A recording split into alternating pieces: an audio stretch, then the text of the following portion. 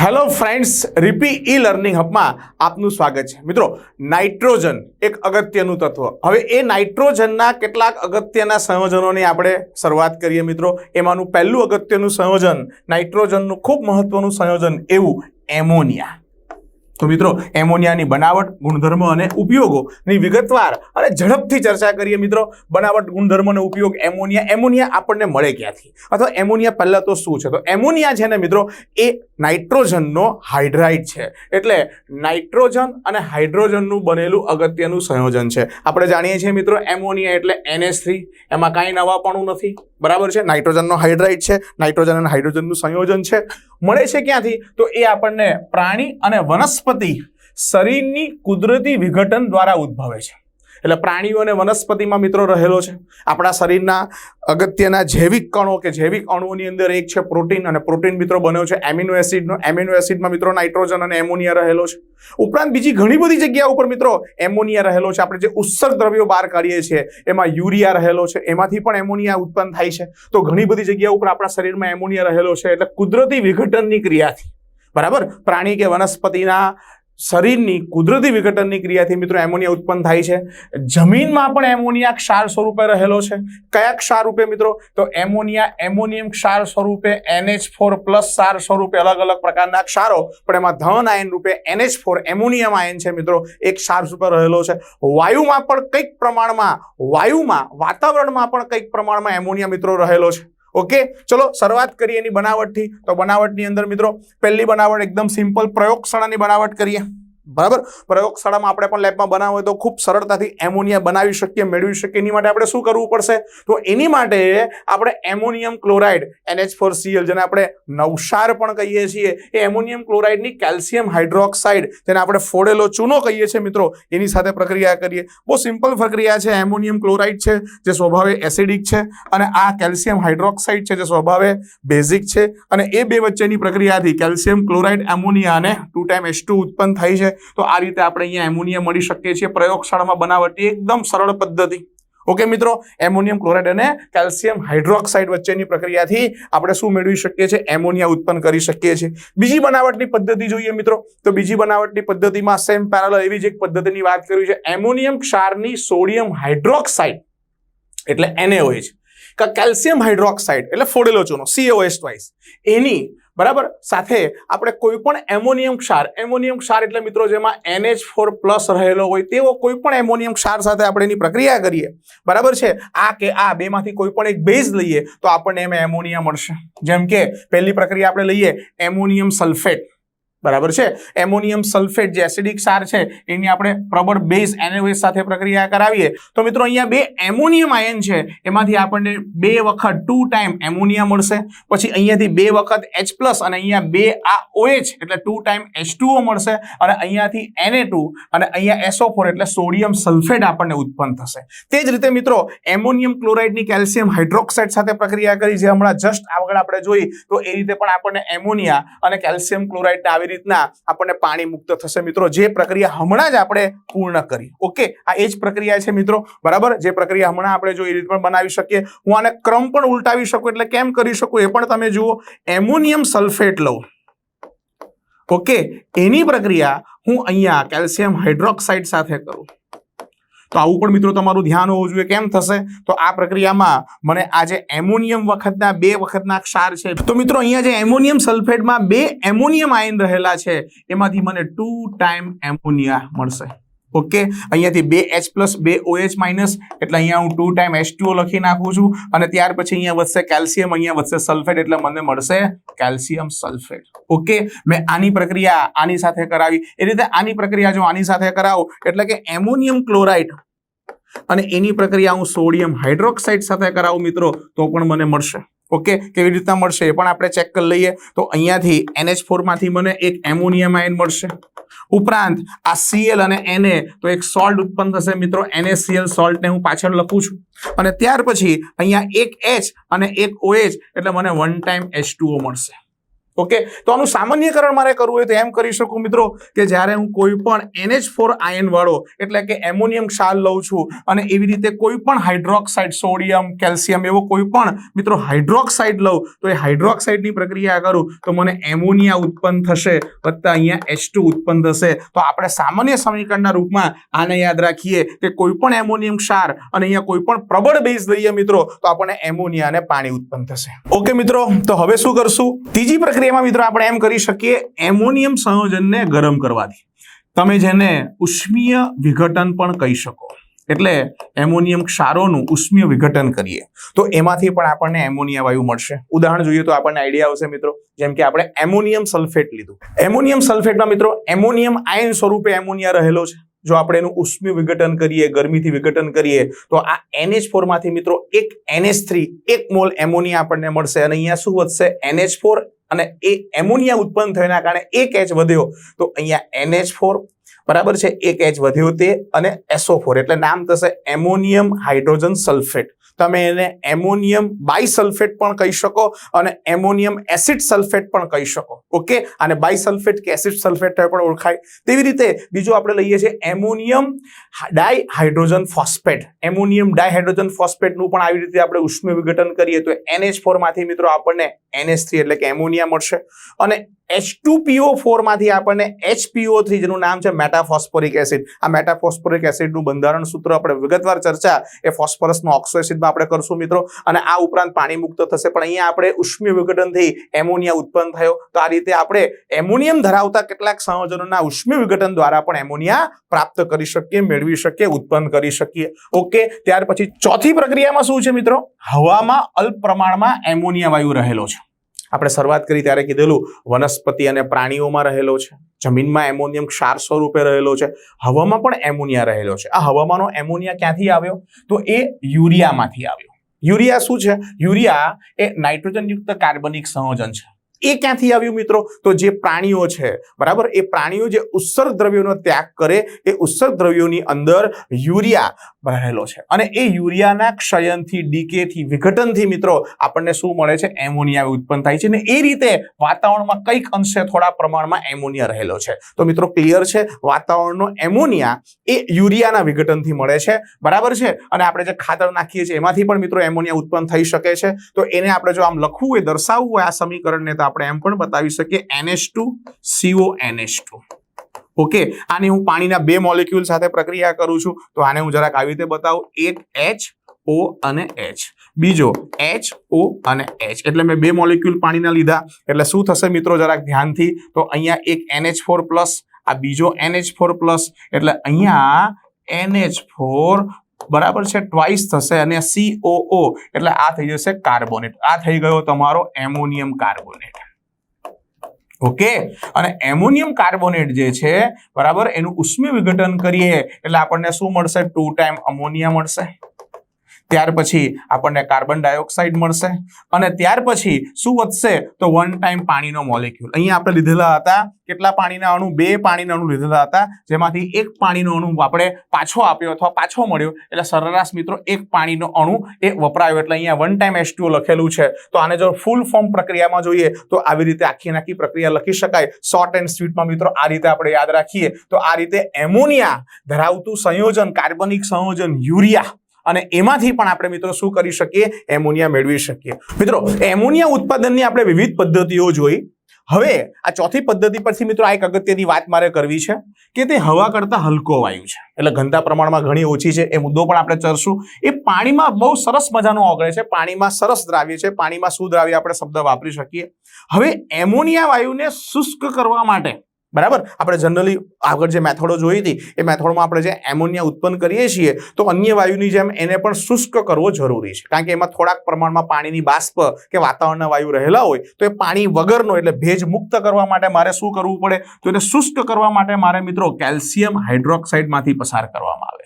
બરાબર, CaO ના ગાંગડાઓમાંથી કે ગાંગડાઓની વચ્ચેથી પસાર કરવામાં આવે અને પસાર કરીને શુષ્ક કરવામાં આવે. ટૂંકમાં યાદ રાખજો મિત્રો, એમોનિયાને શુષ્ક કરવા માટે આપણે કેલ્શિયમ ઓક્સાઇડ, જેને આપણે કડી ચૂનો પણ કહીએ છીએ, એનો ઉપયોગ થાય છે અને એ અહીંયા નિર્જલીકરણ કરતા તરીકે વર્તે છે અને એમાંથી આપણને શુષ્ક એમોનિયા મળે છે. જનરલી જે પ્રયોગશાળામાં આવા કોઈ વાયુ ઉત્પન્ન કરીએ તો એમના શુષ્કીકરણ માટે અથવા નિર્જલીકરણ માટે મિત્રો આપણે આવા પદાર્થો વાપરીએ છીએ. સાંદ્ર એટલે જલદ H2SO4 વાપરીએ છીએ. ફોસ્ફરસ પેન્ટોક્સાઇડ, બરાબર છે, એટલે P4O10 નો આપણે ઉપયોગ કરીએ છીએ, અથવા તો આપણે કેલ્શિયમ ક્લોરાઇડ એટલે CaCl2 આપણે વાપરીએ છીએ. તો જો આ પદાર્થો આપણે અન્ય વાયુના નિર્જલીકરણ માટે વાપરતા હોય તો એમોનિયા માટે કેમ ન વાપરી શકીએ? એક સાદો સવાલ છે મિત્રો, આના પર બી ધ્યાન આપજો. આપણો એમોનિયા જે છે એ નેચરમાં બેઝિક છે, બરાબર. એમોનિયા જે છે એ નેચરમાં બેઝિક છે, બેઝિક પ્રોપર્ટી, બેઝિક ગુણધર્મ ધરાવે છે. અને અહીંયા જે મેં 3 નિર્જલીકરણ કરતા લખ્યા છે, H2SO4, ફોસ્ફરસનો, પેન્ટોક્સાઇડ, કેલ્શિયમનો ક્લોરાઇડ, આ બધા મિત્રો એસિડિક છે. ઓકે, તો આપણો એમોનિયા એ બેઝ છે, આ બધા એસિડિક છે. જો હું આમના વડે એટલે કે આવા એસિડિક પદાર્થો વડે નિર્જલીકરણની પ્રક્રિયા કરવા ચાહું તો થશે શું? તો એ એમોનિયા એમની ભેગું પ્રક્રિયા કરીને બરાબર કંઈક નવું સંયોજન બનાવશે અને મને શુષ્ક એમોનિયા બનવાને બદલે કંઈક નવા પ્રકારના સંયોજન બનશે. જેમ કે મેં અહીંયા બતાવેલું છે, અહીંયા H2SO4 માંથી જો એને હું પાસ કરું ને તો એ એમોનિયા સાથે પ્રક્રિયા કરીને એમોનિયમ સલ્ફેટ બનાવી દેશે. તે જ પ્રમાણે આ ફોસ્ફરસ પેન્ટોક્સાઇડ માંથી મિત્રો જો એમોનિયા પાસ કરવા જાવ અને એનું નિર્જલીકરણ કરવા બેસું તો મને અહીંયા એમોનિયમ ફોસ્ફેટ મળશે. પહેલામાં એમોનિયમ સલ્ફેટ મળ્યો, બીજામાં મને એમોનિયમ ફોસ્ફેટ મળ્યો. તેવી રીતે કેલ્શિયમ ક્લોરાઇડ જે પણ એસિડિક પ્રકૃતિ ધરાવે છે એ 8 એમોનિયાના અણુ સાથે જોડાઈને મિત્રો આવી રીતનો કંઈક પ્રકારનો સંયોજન રચે છે. એટલે ટૂંકમાં એમોનિયાને શુષ્ક કરવાને, નિર્જલીકરણ કરવાને બદલે એ લોકો એની સાથે સંયોજન બનાવી દે છે. એટલે એમના માટે એમોનિયાના નિર્જલીકરણ માટે મિત્રો આપણે આવા એસિડિક પદાર્થનો ઉપયોગ ન કરી શકીએ અને આનો જ ઉપયોગ કરવો યોગ્ય અથવા હિતાવહ છે. કારણ કે કેલ્શિયમ ઓક્સાઇડ જે છે ને મિત્રો એ સ્વભાવે બેઝિક છે, જે એમોનિયા સાથે કોઈ પ્રક્રિયા કરતો નથી. આ પોઈન્ટ પણ મિત્રો ખાસ યાદ રાખજો. આના આધારિત પણ એમસીક્યુ આવી શકે. ત્યાર પછી મિત્રો 5મા પોઈન્ટ ઉપર આપણે જઈએ, બનાવટની 5મી રીત. ઔદ્યોગિક રીતે એમોનિયા વાયુનું ઉત્પાદન હેબર પદ્ધતિથી થાય છે.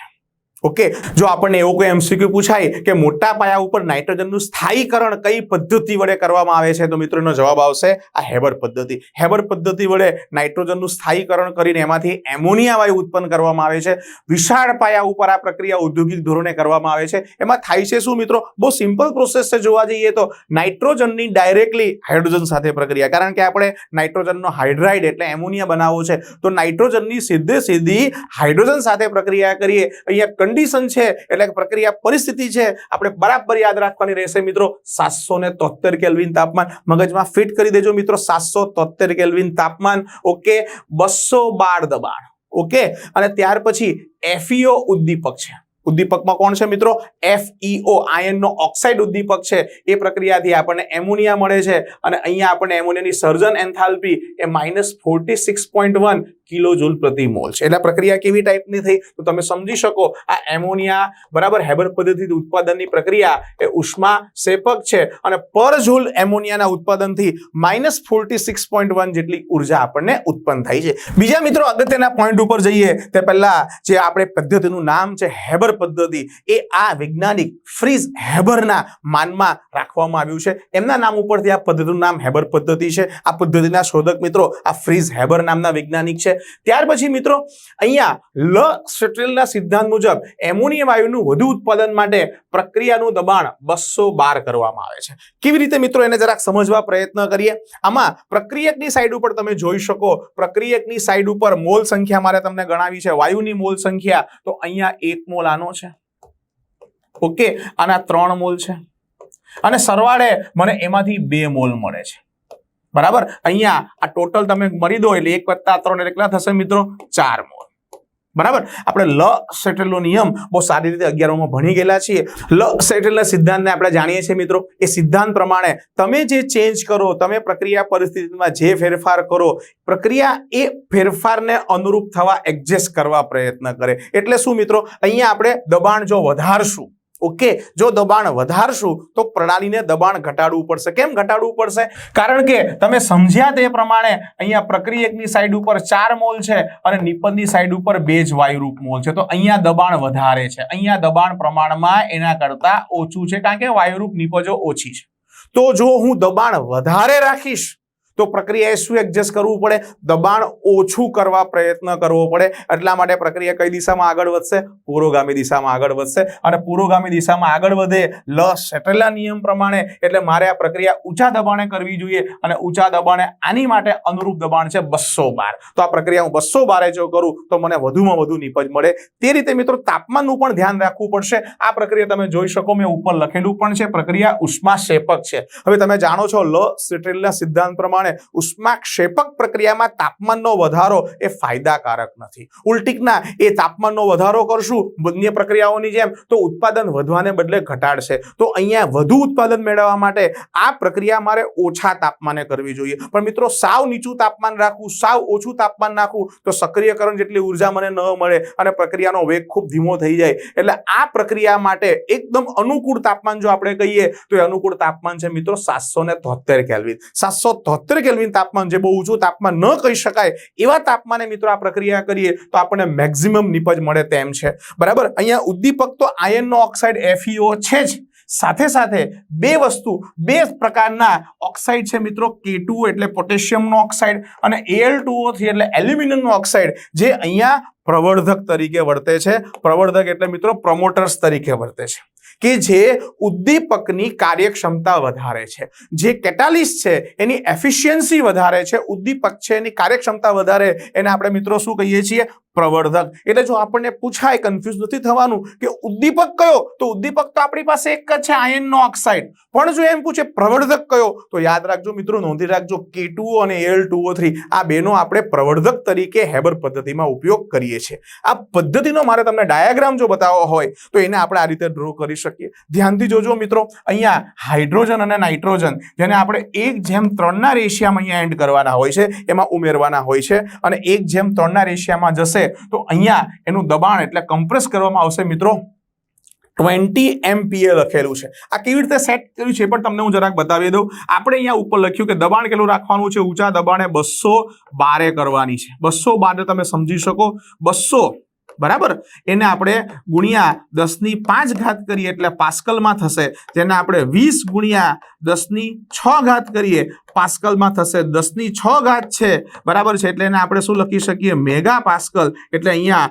20 MPa લખેલું છે. ઓકે, તો એને આપણે કમ્પ્રેસ કરીને ત્યાર પછી એવા એક ચેમ્બરમાં લઈ જઈશું કે જ્યાં કેટાલિસ્ટ, આયન ઓક્સાઇડ અને ઉદ્દીપકને તાપમાન બધું સેટઅપ કરેલું હશે. તો ત્યાં જશું એટલે સીધી વાત છે, એમાં આપણને એમોનિયા મળશે, થોડા ઘણા અંશે નાઇટ્રોજન ને હાઇડ્રોજન પણ ત્યાં મળશે. ઓકે, અને એ જે ઉત્પન્ન થશે ને મિત્રો, તો એને આપણે આ જે વાયુ અહીંયાથી આવશે એમાં એમોનિયા પણ હશે અને અન્ય વાયુ પણ હશે, તો એને આપણે અહીંયા બરાબર છે એનું ઠારીકરણ કરીને, એનું પ્રવાહીકરણ કરીને અહીંયા એને એમોનિયામાં, લિક્વિડ એમોનિયામાં કન્વર્ટ કરી નાખશું. પણ જે નાઇટ્રોજન અને હાઇડ્રોજન હશે ને મિત્રો, એનું પ્રવાહીકરણ નહીં થાય, એટલે ફરી પાછા પંપ વાટે લઈને અને ફરી પાછા પ્રોસેસમાં આપણે લઈ લઈશું. તો આ ડાયાગ્રામ વડે હેબર પદ્ધતિમાં આપણે એમોનિયાનું ઉત્પાદન કેવી રીતે કરીએ છીએ એનો સચોટ આપણને આઈડિયા આવે. ઓકે મિત્રો, કામની પ્રક્રિયા છે, અગત્યની પ્રક્રિયા, તાપમાન, દબાણ, ઉદ્દીપક અને નવું પ્રવર્ધક આપણે યાદ રાખવાના છે. આ આપણી 5મી પ્રક્રિયા થઈ મિત્રો. ત્યાર પછી 6ઠ્ઠી પ્રક્રિયા ઉપર જઈએ, મેગ્નેશિયમ નાઇટ્રાઇડનું જલ વિભાજન કરવાથી. મિત્રો યાદ રાખજો, નાઇટ્રાઇડ છે, નાઇટ્રાઇડ એટલે N-3, મેગ્નેશિયમનો નાઇટ્રાઇડ. ઓકે, અને એનું જલ વિભાજન કરીએ એટલે મને મેગ્નેશિયમ હાઇડ્રોક્સાઇડ અને મને ઉપયોગી તેવો એમોનિયા વાયુ મળશે. મેગ્નેશિયમ નાઇટ્રેટના જલ વિભાજનથી ખૂબ સરળ પદ્ધતિ આપણે કહી શકીએ મિત્રો. ત્યાર પછી 7મી પદ્ધતિ છે એલ્યુમિનિયમ નાઇટ્રાઇડ અને નું NaOH વડે જલ વિભાજન કરવાથી એમોનિયા વાયુ મળે. તો એલ્યુમિનિયમ નાઇટ્રેટ, નાઇટ્રેટ એટલે ફરી પાછું N-3 અને એનું NaOH વડે જલ વિભાજન કરીએ, ટૂંકમાં બેઝિક માધ્યમમાં જલ વિભાજન કરીએ તો આપણને sodium meta aluminate, okay, sodium meta aluminate, અને એમાં આપણને એમોનિયા ઉત્પન્ન થશે. તો આપણે ઉપયોગી વાયુ એમોનિયા આ રીતે પણ બનાવી શકીએ. 8 નંબરની પદ્ધતિમાં મિત્રો કેલ્શિયમ સાયનેમાઇડ, ઓકે, જેને આપણે આગળ નાઇટ્રોજનની અંદર આપણે ખબર નાઇટ્રોલિમ તરીકે ઉલ્લેખેલો, જેને આપણે કેલ્શિયમ સાયનેમાઇડ તરીકે ઓળખીએ છીએ, એ નાઇટ્રોલિમમાં જો આપણે પાણી એડ કરીએ તો એમાંથી આપણને કેલ્શિયમ કાર્બોનેટ અને શું મળશે? એમોનિયા ઉત્પન્ન થશે. તો આપણે આ પદ્ધતિ વડે પણ શું બનાવી શકીએ? એમોનિયા ઉત્પન્ન કરી શકીએ. એટલે યાદ હોય તો મિત્રો, અને નાઇટ્રોલિમ તરીકે કયા કામમાં લેતા હતા? ખાતરના કામમાં ઉપયોગમાં લેતા હતા. તેવું આપણે નાઇટ્રોજનના આગળના ટોપિકમાં આપણે જોઈ ગયા છીએ મિત્રો. અને આની બનાવટની છેલ્લી પદ્ધતિ મારે તમને બતાવી છે. છેલ્લી પદ્ધતિમાં મિત્રો નાઇટ્રેટ એટલે NO3- બરાબર છે, નાઇટ્રેટ કહીએ એટલે NO3- અને નાઇટ્રાઇટ કહીએ એટલે NO2- વાળા જે સંયોજનો છે, બરાબર, એનું ઝીંક અને NaOH, આ ઝીંક અને NaOH જ્યારે પ્રક્રિયા કરશે એ રિડક્શન કરતા તરીકે વર્તે મિત્રો.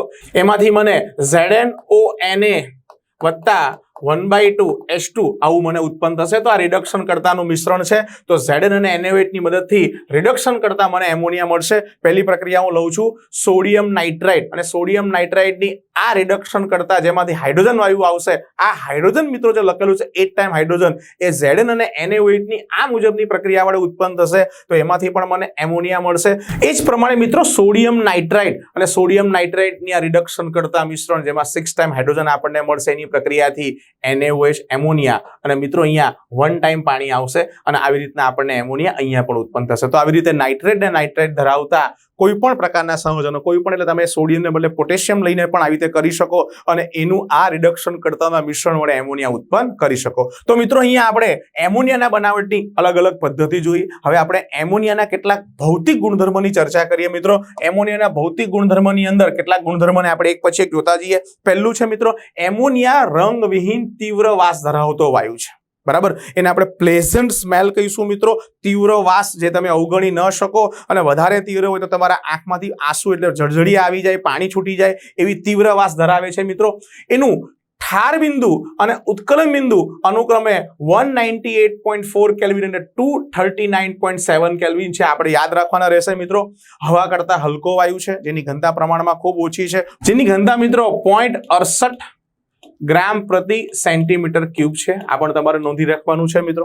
ત્યાર પછી ચોથો પોઈન્ટ, એ પાણીમાં સુદ્રાવ્ય છે, અને એટલે પાણી પર એને એકઠો કરવામાં આવતો નથી. ટૂંકમાં અન્ય વાયુની જેમ આને પાણી પર આપણે ન ભેગો કરી શકીએ. જો પાણી પર આપણે એકઠો કરવા ગયા તો પાણીમાં ઓગળી જશે. અને યાદ રાખજો મિત્રો, એ 0 સેલ્સિયસ તાપમાને અને 1 ATM દબાણે, એક કદ પાણીમાં, એક વોલ્યુમ પાણીમાં, બરાબર, તમે એક કદ એટલે 1 ml પણ લઈ શકો, 1 લીટર પણ લઈ શકો, એમાં અંદાજિત 1300 કદ જેટલો એમોનિયા દ્રાવ્ય થશે. એટલે એમોનિયા એક કદ પાણીમાં 1300 કદ જેટલો ઓગળી શકે. બહુ મોટા પ્રમાણમાં દ્રાવ્ય છે, એટલે અહીંયા આગળ શબ્દ મૂક્યો છે સુદ્રાવ્ય છે. ત્યાર પછી મિત્રો પાંચમો પોઈન્ટ લઈએ, 8 થી 10 વાતાવરણ દબાણે અને સામાન્ય તાપમાને એટલે ઓલ્ડના તાપમાને આપણે એનું સરળતાથી મિત્રો પ્રવાહીમાં રૂપાંતરણ કરી શકીએ છીએ, બરાબર. આનું પ્રવાહીકરણ કરવું સરળ છે, જે ઇન્ડિકેટ કરે છે, દર્શાવે છે કે તેની અંદર વાન્ડરવાલ્સ અચળાંક એનું મૂલ્ય ઘણું વધુ છે, બરાબર. જેનું પ્રવાહીકરણ સરળ થઈ શકતું હોય ને મિત્રો, એની માટે વાન્ડરવાલ્સ અચળાંક એ જવાબદાર છે. અને તમે એ પણ કહી શકો કે આના અણુઓ વચ્ચે હાઇડ્રોજન બંધ રચાય છે. તો હાઇડ્રોજન બંધ રચાવાને કારણે મિત્રો એ માત્ર 8 થી 10 દબાણે અને સામાન્ય તાપમાને પણ પ્રવાહીમાં ફેરવાય છે. ત્યાર પછી છેલ્લો પોઈન્ટ, કે ગલન બિંદુ જેટલા તાપમાને તેને ઠારી દેતા, બરાબર, એને આપણે ફ્રીઝ કરી દઈએ તો આપણને સફેદ સ્ફટિકમય ઘન સ્વરૂપે એમોનિયા મળે છે. એટલે એમોનિયાનું આપણે ઘનીકરણ પણ કરી શકીએ છીએ, કે જે સફેદ સ્ફટિકમય ઘન સ્વરૂપે મળે છે. ઓકે મિત્રો, એમોનિયાના ભૌતિક ગુણધર્મો સાથે આપણે એના બંધારણ અને સંકરણની ચર્ચા કરી લઈએ. જો આપણે એનું બંધારણ દોરીએ તો એમોનિયા આપણને કંઈક આવો દેખાશે, જેમાં નાઇટ્રોજન સાથે 3 હાઇડ્રોજન મિત્રો આ તમારી તરફ છે, આ જે આ સમતલ છે તેમાં છે, અને આ સમતલની પાછળની સાઈડ ઉપર છે. ઓકે મિત્રો, તો નાઇટ્રોજન સાથે આવી રીતે 3 હાઇડ્રોજન જોડાયેલા છે. ઓકે, આની બંધ લંબાઈ એ 101.7 pm અને એનો બંધકોણ 107.8 છે. આ અબંધકારક ઇલેક્ટ્રોનના અપાકર્ષણને કારણે મિત્રો એનો બંધકોણ, રેગ્યુલર બંધકોણ જે sp3 સંકરણમાં આવે એના કરતા કંઈક અંશે ઓછો છે. આમાં સંકરણ મિત્રો sp3 થાય છે, એ પણ તમારે ખાસ નોંધવાનું છે, બરાબર. નાઇટ્રોજન જે છે એની એક 2s કક્ષક અને 2p કક્ષકમાં મિત્રો એની પાસે આવી રીતના 3 અયુગ્મિત ઇલેક્ટ્રોન રહેલા છે. આમના સંકરણથી તો આ 4 કક્ષકો સંકરણ પામીને અહીંયા આપણને 4 નવી sp3 સંકૃત કક્ષકો આપશે, જેમાં ટોટલ મારે 5 ઇલેક્ટ્રોન સેટ કરવાના, 1 2 3 4 અને પાંચમો અહીંયા.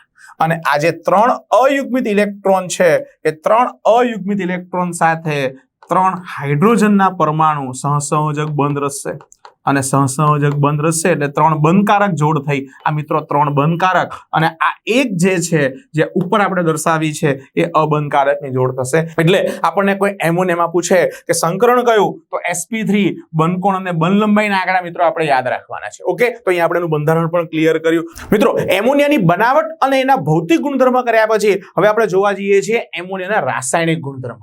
એમોનિયાના રાસાયણિક ગુણધર્મોમાં સૌથી પહેલા મારે વાત કરવી છે એની સ્થિરતાની, સ્ટેબિલિટીની. બરાબર, તે વધુ પડતો સ્થિર વાયુ છે.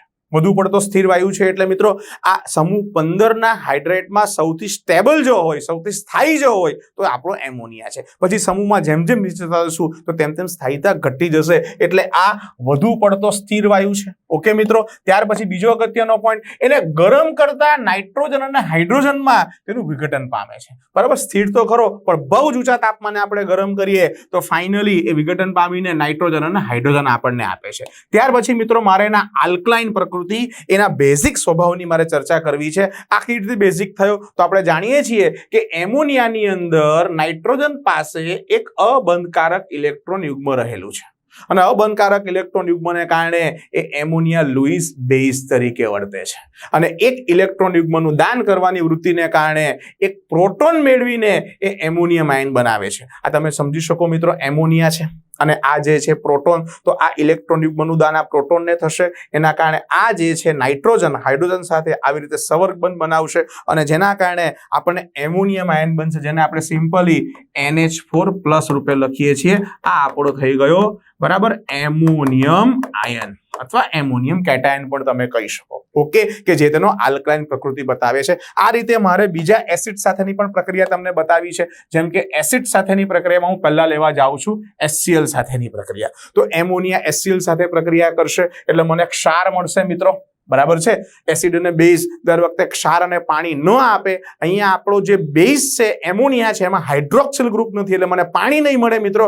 આ એસિડિક પ્રકૃતિનો HCl અને બેઝિક પ્રકૃતિનો એમોનિયા એટલે મને ક્ષાર મળ્યો એમોનિયમ ક્લોરાઇડ. બરાબર, જે ઘટ્ટ સફેદ વાયુ સ્વરૂપે છે. આનો ઉપયોગ આપણે લેબમાં પણ કરીએ છીએ. જ્યારે કોઈ પ્રોસેસ દરમિયાન એમોનિયા વાયુ ઉત્પન્ન થતો હોય તેની ચકાસણી કરવા માટે આપણે એ ટેસ્ટ ટ્યુબ ઉપર શું કરીએ છીએ, HCl માં ડુબાડેલો સળિયો રાખીએ છીએ. તો જ્યારે એ HCl આ એમોનિયા સાથે પ્રક્રિયા કરશે તો ઘટ્ટ સફેદ ધુમાડો એટલે વાયુ મળશે, અને એનાથી આપણે એમોનિયાની પરખ કરી શકીએ છીએ મિત્રો. આનો આપણે લેબમાં ઉપયોગ કરીએ છીએ. એમોનિયા તે પ્રમાણે એસિડમાં H2SO4 સાથે પ્રક્રિયા કરીને એમોનિયમ સલ્ફેટ બતાવે છે, જે પણ તેના બેઝિક સ્વભાવનું મિત્રો આપણને સૂચન કરે છે. ઓકે, ત્યાર પછી નિર્બળ હોવાથી તે પાણીમાં આંશિક રીતે આયનીકરણ પામે છે. બરાબર, બેઝ ખરો પણ નિર્બળ છે અને આંશિક રીતે આયનીકરણ પામે એટલે એમોનિયા H2O કરીએ એટલે મને એમોનિયમ હાઇડ્રોક્સાઇડ આપણને મળે, અને એમોનિયમ હાઇડ્રોક્સાઇડમાંથી આંશિક જલ વિભાજન થઈને નિર્બળ બેઝ સ્વરૂપમાં NH4 આયન અને હાઇડ્રોક્સિલ આયન મળે છે. અને એ નિર્બળ બેઝ હોવા છતાં મિત્રો આ એક ખાસ વાત છે કે લાલ લિટમસને ભૂરું બનાવે છે. બરાબર છે, આપણે યાદ જ છે, બે લાભુ બેઝ હોય તો લાલને ભૂરું બનાવે. તો આ બેઝિક પ્રકૃતિનો છે. બરાબર, લાલ લિટમસને ભૂરું બનાવશે અને ફિનોપ્થેલિનને ગુલાબી રંગમાં રૂપાંતરિત કરશે, જે પણ બેઝની ખાસિયત છે. આ નિર્બળ હોવા છતાં આ લિટમસને ભૂરું પણ બનાવશે અને ફિનોપ્થેલિનને ગુલાબી પણ કરશે મિત્રો. ઓકે, ત્યાર પછીની ત્રીજી પ્રક્રિયા આપણે જોઈએ, એમાઇડનું નિર્માણ. હા મિત્રો, એમાઇડ કહીએ એટલે આપણે થશે NH2- NH2 અને ઉપર માઇનસ એમાઇડનું નિર્માણ. એમાઇડના નિર્માણ માટે શું કરશું મિત્રો, શુષ્ક એમોનિયાની, શુષ્ક ભેજ મુક્ત, ઓકે, શુષ્ક એમોનિયાની ગરમ સોડિયમ અથવા તો પોટેશિયમ ઉપરથી એને પસાર કરીએ. ઓકે, એમોનિયાને આપણે ગરમ સોડિયમ કે પોટેશિયમ ઉપરથી, જેમ કે આ સમીકરણમાં બતાવેલું છે, આ સોડિયમ ઉપરથી એમોનિયાને આપણે પસાર કરીએ, ડેલ્ટા મૂકી દઉં છું તો આપણને સોડામાઇડ મળે છે. સોડામાઇડ મિત્રો NaNH2 નું નામ છે.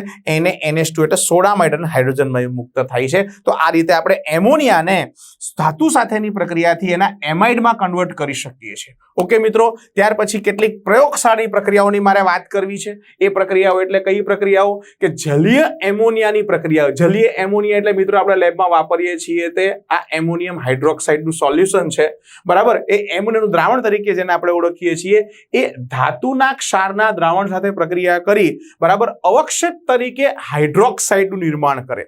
એટલે આપણે લેબની અંદર જે ગુણાત્મક પૃથ્થકરણમાં મિત્રો ઉપયોગમાં લઈએ છીએ અલગ અલગ ધાતુના ક્ષાર, અને ધાતુના ક્ષાર સાથે આ એમોનિયાનું દ્રાવણ પ્રક્રિયા કરી એ ધાતુના હાઇડ્રોક્સાઇડનું નિર્માણ કરશે. એ હાઇડ્રોક્સાઇડ જે છે મિત્રો અવક્ષેપના રૂપમાં આવશે. એ અવક્ષેપના આધારે જે તે ધાતુ આયનની હું પ્રયોગશાળામાં ગુણાત્મક પૃથ્થકરણ કરી શકું મિત્રો. કેવી રીતના? ચલો જોઈએ મિત્રો એના સમીકરણો. જેમ કે પહેલું સમીકરણ આપણે લઈએ છીએ ક્રોમિયમ ક્લોરાઇડ. તો ક્રોમિયમ ક્લોરાઇડમાં આપણને ખબર છે કયો આયન રહેલો છે, કયો ધાતુ રહેલો છે, Cr+3.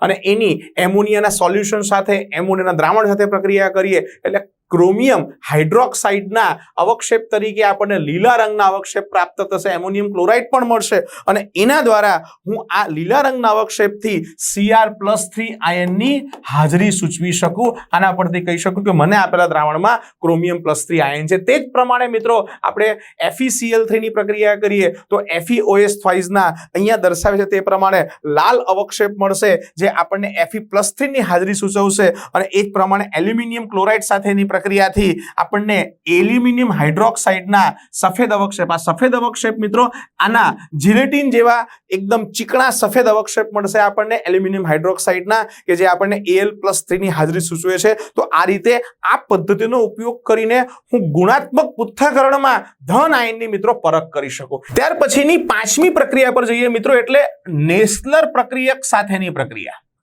નેસ્લર પ્રક્રિયક, નેસ્લર રિએજન્ટ શું છે પહેલા એને સમજી લઈએ, પછી પ્રક્રિયામાં શું પરિણામ મળશે એને પણ આપણે જોઈ લઈએ. આ નેસ્લર પ્રક્રિયક આપણે લેબમાં બનાવી શકીએ એની માટે મારે પોટેશિયમ આયોડાઇડની મર્ક્યુરી ક્લોરાઇડ સાથે પ્રક્રિયા કરવાની છે. ઓકે, એનાથી મને Hg(I2) વત્તા, બરાબર છે, મર્ક્યુરીનો આયોડાઇડ અને KCl મળશે. અને જ્યારે આ Hg(I2) જે ધરાવે છે આનો કલર મિત્રો એકદમ મજાનો સિંદુરિયો કલર મળે છે, સિંદૂર જેવો એકદમ બ્રાઇટ ઓરેન્જ કલર મળે છે. અને એમાં વધારે ને વધારે હું KI નાખતો જાઉં તો એ Hg(I2) વધારે KI ને એડ કરતા એમાં ઓગળશે અને મને આવું એક સંકીર્ણ સંયોજન આપશે જેનો કલર આછો પીળો છે.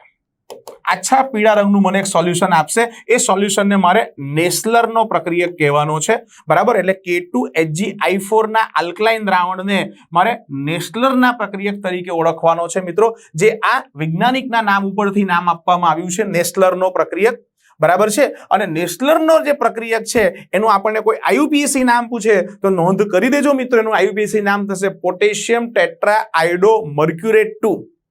પોટેશિયમ ટેટ્રા આયોડો મર્ક્યુરેટ 2, બરાબર. નેસ્લરના પ્રક્રિયકનું IUPAC નામ થશે મિત્રો. હવે આ નેસ્લરના પ્રક્રિયક જે આછા પીળા રંગનું દ્રાવણ છે એની સાથે આપણો એમોનિયા લાલાશ કથ્થાઈ રંગના અવક્ષેપનું નિર્માણ કરશે. કશું જ નથી કરવાનું મિત્રો. નેસ્લરનો પ્રક્રિયક આપણે બનાવીને એમાં NH4OH એટલે એમોનિયમ હાઇડ્રોક્સાઇડ કે બીજું કોઈ રીતે એમોનિયા પાસ કરીએ તો એનાથી આપણને સરસ મજાના, બરાબર, રેડિશ બ્રાઉન લાલ કથ્થાઈ જેવા આપણને અવક્ષેપ મળશે. અને એ કથ્થાઈ રંગના અવક્ષેપના આધારે આપણે એમોનિયાની પરખ કરી શકશું. તો એમોનિયા સાથેની પ્રક્રિયાથી આપણને કથ્થાઈ રંગના અવક્ષેપ મળશે.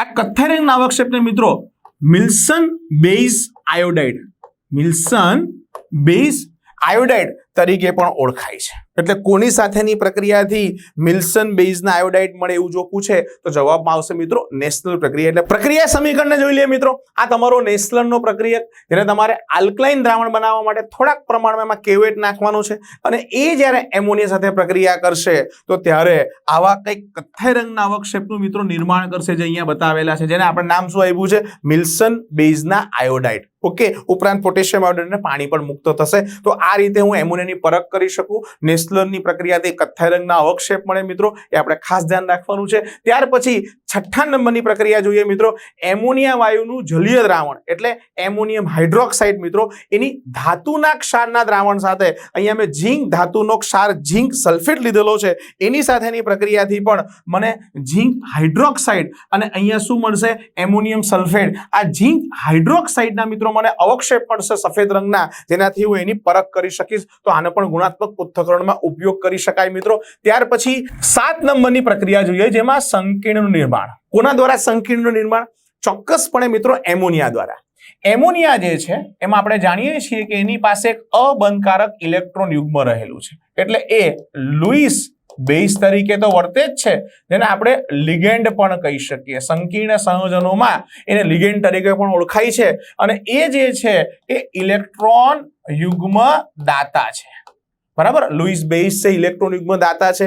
એના કારણે શું કરશે, સક્રાંતિ ધાતુ આયન સાથે જોડાશે, સક્રાંતિ ધાતુઓ સાથે એ સંકીર્ણ સંયોજનનું નિર્માણ કરશે. જેમ કે અહીંયા સંકીર્ણ સંયોજનના નિર્માણમાં પહેલું આપણે લીધું છે Cu+2, એટલે તમે કોપર સલ્ફેટનું દ્રાવણ લઈ શકો કે બીજું કોઈ પણ દ્રાવણ કે જેમાં Cu+2 હોય એ 4 ટાઈમ એમોનિયા સાથે જોડાઈને CuNH3 4 ટાઈમ, બરાબર, એવું ઘટ્ટ વાદળી રંગના આપણને અવક્ષેપ આપશે. Cu સાથે મિત્રો 4 એમોનિયા જે છે ને અહીંયા આવી રીતે સવર્ગબંધથી જોડાયેલા છે.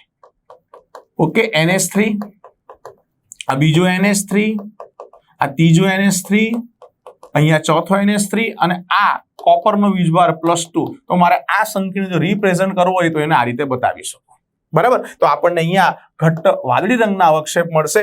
એ જ પ્રમાણે મિત્રો 8માં આપણે જોઈએ તો એવા બીજા અલગ અલગ પ્રકારના સંકીર્ણ સંયોજનો કે સંકીર્ણ ક્ષાર આપણે નિર્માણ કરી શકીએ કે જેની અંદર ડી વિભાગના સક્રાંતિ તત્વોમાં સિલ્વર Ag+, Cu+2 અને Ag+2 સાથે, બરાબર, એવા ધન આયન સાથે જોડાઈને ખૂબ જ સ્થાયી સંકીર્ણ કેટાયન એટલે કે સંકીર્ણ કે જેના માથા ઉપર ધનભાર હોય તેવા બનાવે છે. જેમ કે AgOH એટલે કે સિલ્વરનો હાઇડ્રોક્સાઇડ છે, તો એમાં આપણને ડાયએમાઇન સિલ્વર 1, અહીંયા 2 વખત એમાઇન છે એટલે ડાયએમાઇન સિલ્વર 1 એનો ઓક્સિડેશન સ્ટેટ છે, પાછળ OH એટલે હાઇડ્રોક્સાઇડ, બરાબર છે, એવું સંકીર્ણ નિર્માણ થાય છે. તે જ પ્રમાણે સિલ્વર ક્લોરાઇડ સાથે આપણને ડાયએમાઇન સિલ્વર ક્લોરાઇડ એવો આપણને સંકીર્ણ સંયોજન મળે છે. અને લાસ્ટમાં મિત્રો કોપરના હાઇડ્રોક્સાઇડ સાથે ઉપરના જેવી સેમ પ્રક્રિયા આપણે લઈએ તો એની સાથેની પ્રક્રિયા પણ આપણે કરીએ તો એમોનિયમ સલ્ફેટ અને એમોનિયમ હાઇડ્રોક્સાઇડ સાથેની પ્રક્રિયાથી આપણે ઉપર જે રીતનો મળ્યો હતો તો તે પ્રમાણે ટેટ્રાએમાઇન કોપર 2 સલ્ફેટ જેનો કલર ઘેરો વાદળી અહીંયા પણ બતાવેલું છે મિત્રો, તો તે આપણને મળે છે. તો આ રીતે એમોનિયા શું કરે છે અથવા એમોનિયાનું જલીય દ્રાવણ શું કરે છે મિત્રો, એ સક્રાંતિ તત્વો સાથે ડી વિભાગના તત્વો સાથે અલગ અલગ પ્રકારના સંકીર્ણ સંયોજનનું નિર્માણ કરે છે. ઓકે મિત્રો, તો અહીંયા એમોનિયાને લગતી જે કઈ પ્રક્રિયાઓ હતી તે આપણે પૂરી કરી. હવે આપણે એના ઉપયોગોની ચર્ચા કરવા જઈએ છીએ. તો એમોનિયાના ઉપયોગોની અંદર એક પછી એક વારાફરતી લાઈનમાં જોતા જઈએ મિત્રો. પહેલો ઉપયોગ એમોનિયા વાયુ, એમોનિયમ નાઇટ્રેટ. ઓકે, અલગ અલગ પ્રકારના સંયોજનો છે જે ખાતરમાં ઉપયોગમાં આવે છે. એમોનિયમ નાઇટ્રેટ એક અગત્યનું સંયોજન છે. યુરિયા આપણે જાણીએ છીએ, એમોનિયમ ફોસ્ફેટ છે, એમોનિયમ સલ્ફેટ છે, બરાબર, એ બધા નાઇટ્રોજનયુક્ત ખાતરો બનાવવા ઉપયોગી છે. ઓકે, આ બધા ખાતરોની અંદર મિત્રો એ એમોનિયા રહેલો છે જે પાણીમાં જલ વિભાજન પામી ફાઇનલી એમાંથી એમોનિયા ઉત્પન્ન કરશે અને જે વનસ્પતિ માટે નાઇટ્રોજન યુક્ત પોષક તત્વો પૂરા પાડે છે. તો અલગ અલગ પ્રકારના નાઇટ્રોજન યુક્ત ખાતરોની બનાવટમાં એમોનિયા સૌથી વધારે પ્રમાણમાં વપરાય છે. એટલે મિત્રો એમોનિયા એ નાઇટ્રોજનનું અગત્યનું સંયોજન અને જેનો સૌથી મોટો ઉપયોગ જો કહું તો ખાતર ઇન્ડસ્ટ્રીઝમાં, ખાતર ઉદ્યોગમાં, ખાતરોની બનાવટમાં. બીજો ઉપયોગ જોઈએ મિત્રો, નાઇટ્રિક એસિડ જેવા કેટલાક અગત્યના અકાર્બનિક સંયોજનો. નાઇટ્રિક એસિડ HNO3 એને બનાવવા માટે આપણે ઓસ્વાલ્ડની પદ્ધતિ જોવાના છીએ અને ઓસ્વાલ્ડની પદ્ધતિમાં પણ આપણે એમોનિયાનો જ ઉપયોગ કરીને એ નાઇટ્રિક એસિડની બનાવટ કરશું. એટલે નાઇટ્રિક એસિડની બનાવટમાં ત્યાર પછી ત્રીજું જોઈએ મિત્રો, પ્રવાહી એમોનિયા શીતક તરીકે. બરાબર, શીતક તરીકે, રેફ્રિજરેશન તરીકે મિત્રો એ વસ્તુને ઠંડી કરવા માટે ઉપયોગમાં લેવાય છે. લિક્વિડ એમોનિયાનો ઉપયોગ આપેલો છે. ત્યાર પછીનો ચોથો ઉપયોગ જોઈ લઈએ, તેલી ગ્રીઝને દૂર કરવા માટે. કપડા ઉપર જે ડાઘ લાગ્યા હોય ને મિત્રો, તો એવા તેલી ગ્રીઝના ડાઘને દૂર કરવા માટે પણ એમોનિયા ઉપયોગમાં લેવાય છે. ત્યાર પછી 5 નંબરનો ઉપયોગ જોઈએ, અનેક પદાર્થો માટે સારા દ્રાવક તરીકે. આપણે જાણીએ છીએ મિત્રો એમોનિયાનું પ્રવાહીકરણ કરવું સરળ છે અને પ્રવાહી એમોનિયા ઘણા પદાર્થો માટે દ્રાવક તરીકે ઉપયોગી છે. એટલે પ્રવાહી એમોનિયા એ દ્રાવક તરીકે પણ ઉપયોગમાં લઈ શકાય. ત્યાર પછીનો છઠ્ઠો ઉપયોગ છે મિત્રો, સોલ્વે પદ્ધતિથી Na2CO3 જેને આપણે કહીએ છીએ સોડિયમ કાર્બોનેટ, અને સોડિયમ કાર્બોનેટ બનાવવાની સોલ્વે પદ્ધતિમાં એમોનિયાનો ભરપૂર ઉપયોગ કરાય છે. તો તેની બનાવટમાં અને છેલ્લો ઉપયોગ આપણે જોઈએ મિત્રો તો NH4OH જેને આપણે એમોનિયાનું દ્રાવણ કે એમોનિયમ હાઇડ્રોક્સાઇડ કહીએ છીએ, એ પ્રયોગશાળામાં ગુણાત્મક અને જથ્થાત્મક પૃથ્થકરણ માટે, ક્વોલિટેટિવ એન્ડ ક્વોન્ટિટેટિવ એનાલિસિસ માટે આપણે ઉપયોગ કરીએ છીએ. આ રીતે એમોનિયા એ નાઇટ્રોજનનું ખૂબ અગત્યનું સંયોજન છે. તો મિત્રો આ વિડીયોમાં નાઇટ્રોજનના અગત્યના સંયોજન એવા એમોનિયાની બનાવટ, ગુણધર્મ અને ઉપયોગની આપણે વિગતવાર ચર્ચા કરી. મળીએ મિત્રો નેક્સ્ટ વિડીયોમાં.